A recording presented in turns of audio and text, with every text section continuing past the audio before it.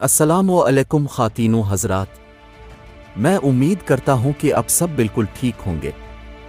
हम इस चैनल पर एक सीरीज़ शुरू करने जा रहे हैं जो कि आपको बहुत पसंद आएगी। हमारे साथ जुड़े रहने के लिए हमारे चैनल को सब्सक्राइब करें और घंटी का निशान दबाना बिल्कुल नहीं भूलिएगा। सिंगापुर एयरपोर्ट से बाहर निकलते ही कर्नल जाहिद को एहसास हो गया कि इसका ताक़ुब किया जा रहा है, लेकिन ताक़ुब करने वाले अनाड़ी नहीं मालूम होते थे। बड़े सलीके और हाजिर दिमागी से वो इसके पीछे लगे हुए थे और किसी तरह भी शुबा नहीं होता था कि इसका ताक़ुब किया जा रहा है। कर्नल जाहिद अपनी टैक्सी के पीछे आती जिस कार पर शक करता, वही कार चंद लम्हों बाद इसकी नज़रों से गायब हो जाती। ऐसा लगता था जैसे कई लोग उसके ताक़ुब में लगे हुए थे और हर कोई एहतियात बरत रहा था कि कर्नल जाहिद को इसका इल्म न हो सके कि इसका ताक़ुब किया जा रहा है। जाहिद सोच में पड़ गया। इसके सिंगापुर में कदम रखते ही अनजाने लोगों का पूरा गिरोह उसके ताक़ुब में लग गया था और ये आसार अच्छे मालूम नहीं होते थे। उसने पीछे देखा। दो गाड़ियों के पीछे एक पुरानी सी कार चली आ रही थी जिसकी ड्राइविंग सीट पर एक चीनी बैठा हुआ था, लेकिन वो बिल्कुल लापरवाह सा दिखाई दे रहा था। ड्राइवर, जाहिद टैक्सी ड्राइवर से बोला, अब तुम मुझे म्यूजियम ले चलो। होटल नहीं सर। नहीं, जाहिद ने खुश्क लहजे में जवाब दिया। थोड़ी देर बाद इसकी टैक्सी म्यूजियम के सामने एक झटके के साथ रुक गई। कर्नल जाहिद ने नीचे उतरकर टैक्सी का किराया अदा किया और छोटा सा सूटकेस उठा लिया। टैक्सी के आगे निकल जाने के बाद उसने घूमकर इस तरफ देखा जिस तरफ से आया था और चौंक सा गया। उसने एक टैक्सी चौराहे पर रुकते देखी थी, लेकिन इसके अंदर से कोई बाहर नहीं निकला था। जाहिद ने गहरी सांस ली और अपना सूटकेस उठाकर म्यूजियम की इमारत में दाखिल हो गया। म्यूजियम के हाल में 2-3 टेलीफोन बूथ दिखाई दे रहे थे। जाहिद एक बूथ में घुस गया और जल्दी जल्दी किसी के नंबर डायल करने लगा। टू है। अब कौन है? दूसरी तरफ से पूछा गया। सोने की चिड़िया। एक लम्हे के लिए खामोशी छा गई, फिर आवाज आई, 10 मिनट बाद फोन करो। ये नंबर कहाँ का है? उसने पूछा, लेकिन दूसरी तरफ से सिलसिला मुनक़ते हो गया था। कर्नल जाहिद ने गहरा सांस लिया। जो नंबर उसने डायल किया था वो इसे जनरल कीव ने दिया था कि वो इस नंबर पर टू को फ़ोन करके मदद हासिल कर सकता। ठीक 10 मिनट बाद जाहिद ने फिर नंबर मिलाया। इस बार जवाब देने वाला टू ही था। सोने की चिड़िया। जाहिद ने अपना कोड वर्ड दोहराया और बोला, अभी 1 घंटा कबल मैंने सिंगापुर में कदम रखा है, लेकिन यहाँ आते ही मेरी निगरानी शुरू हो चुकी। वो कितने हैं? कोई अंदाज़ा नहीं लगता, लेकिन कई हैं, क्योंकि आदमी ताक़ुब करता है, वो शुबा होते ही गायब हो जाता है और उसकी जगह कोई नया शख्स आ जाता है। आप कहाँ से बोल रहे हैं? म्यूजियम से। जाना कहाँ है? Hotel Clark. Hotel Clark beach road पर है। ठीक 10 मिनट बाद म्यूजियम से निकलकर टैक्सी पकड़ी और अपना ताक़ुब करने वालों की कतई परवाह किए बगैर स्टीमफोर्ड रोड से बीच रोड की तरफ रवाना हो जाए। जब तक आप होटल क्लार्क पहुंचेंगे ताक़ुब करने वाले गायब हो चुके होंगे। शुक्रिया। और कुछ? बस यही बहुत है, जाहिद ने कहा, लेकिन ये नंबर कहाँ का है? आपको इससे कोई मतलब नहीं होना चाहिए। अगर आपकी ज़रूरत पड़ जाए तब मैं आपके पास कैसे पहुंचूंगा? मैं हमेशा इस नंबर पर मौजूद रहता हूं।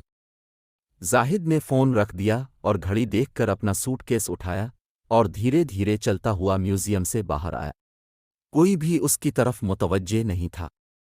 उसने गहरी नज़रों से जायज़ा लिया, लेकिन कोई शख्स उसे मुश्तबा दिखाई नहीं देता था। इसके इशारे पर एक टैक्सी इसके करीब आकर खड़ी हो गई। जाहिद ने सूटकेस अंदर रखा और खुद भी सवार हो गया। होटल क्लार्क, स्टीमफोर्ड से होकर चलूं, उसने कहा। टैक्सी ड्राइवर ने अपना सर हिलाया और टैक्सी आगे बढ़ा दी। जाहिद लापरवाही से बाहर देखने लगा।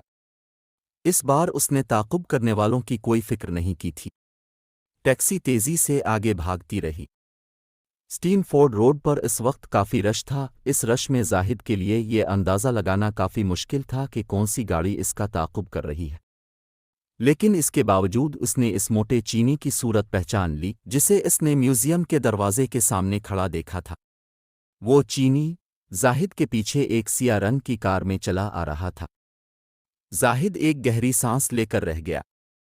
اسی وقت ایک عجیب و غریب واردات ہو گئی، جس کی وجہ سے ایک چوراہے پر افراتفری مچ گئے۔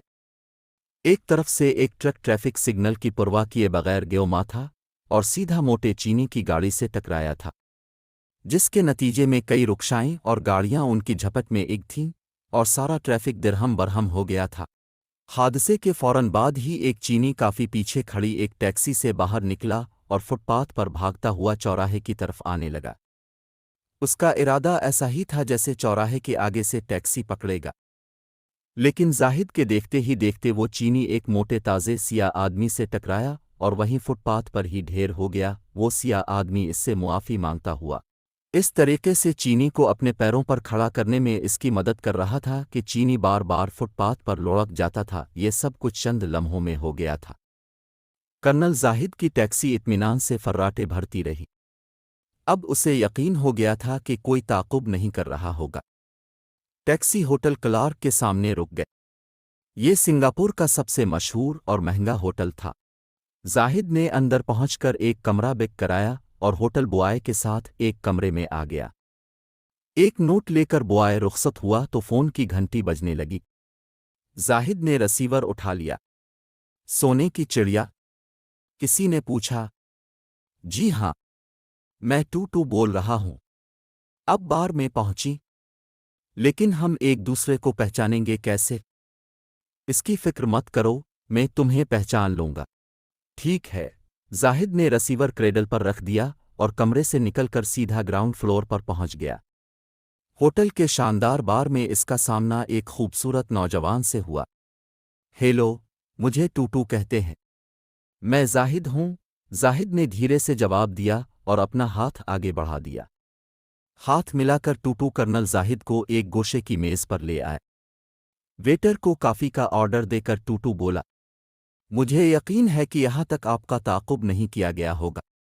وہ ٹرک والا حادثہ کیا تمہارا ڈرامہ تھا؟ بے شک وہ کئی تھے۔ سب کو سنبھالنا مشکل ہو رہا تھا، اتنے لوگوں کو اب کے تعاقب سے روکنے کے لیے وہ حادثہ بھی کافی نہیں تھا جناب۔ زاہد نے ہنستے ہوئے کہا، ایک چینی کو تو میں نے خود اپنی آنکھوں سے کسی سے ٹکرا کر گرتے دیکھا تھا۔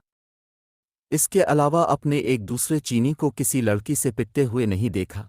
اتنا انتظام تم نے اتنے کم وقت میں کیسے کیا؟ یہ میری ڈیوٹی تھی۔ ٹوٹو دھیرے سے مسکرایا۔ ویٹر کافی کا مگ لا کر رکھ گیا۔ یہاں سنگاپور میں سب قوموں کے لوگ آباد ہیں، اس لیے یہاں کوئی اجنبی معلوم نہیں ہوتا، چنانچہ یہاں کسی شخص کا غائب ہو جانا بہت آسان ہے، لیکن اپنی خصوصیات کی وجہ سے یہاں کسی آدمی کے گم ہو جانے کی کوشش میں ناکام رہنا بھی بہت آسان ہے۔ میرا مطلب یہ ہے کہ ایک بار دشمن کی نگاہوں میں آ جانے کے بعد آپ کا ان سے چھپا رہنا ممکن نہیں ہے۔ ابھی آپ ان کے پنجے سے بچ نکلے ہیں، لیکن بہت جلد وہ آپ کو دوبارہ تلاش کر لیں گے، جبکہ آپ ہوٹل کلارک جیسی جگہ ٹھہرے ہوئے ہیں۔ میرے خیال میں آپ کا یہاں رہنا مناسب نہیں۔ مسٹر ٹوٹو، کرنل زاہد نے کافی کا گھونٹ بھرتے ہوئے کہا، فی الحال میرا اس ہوٹل میں رہنا بہت ضروری ہے۔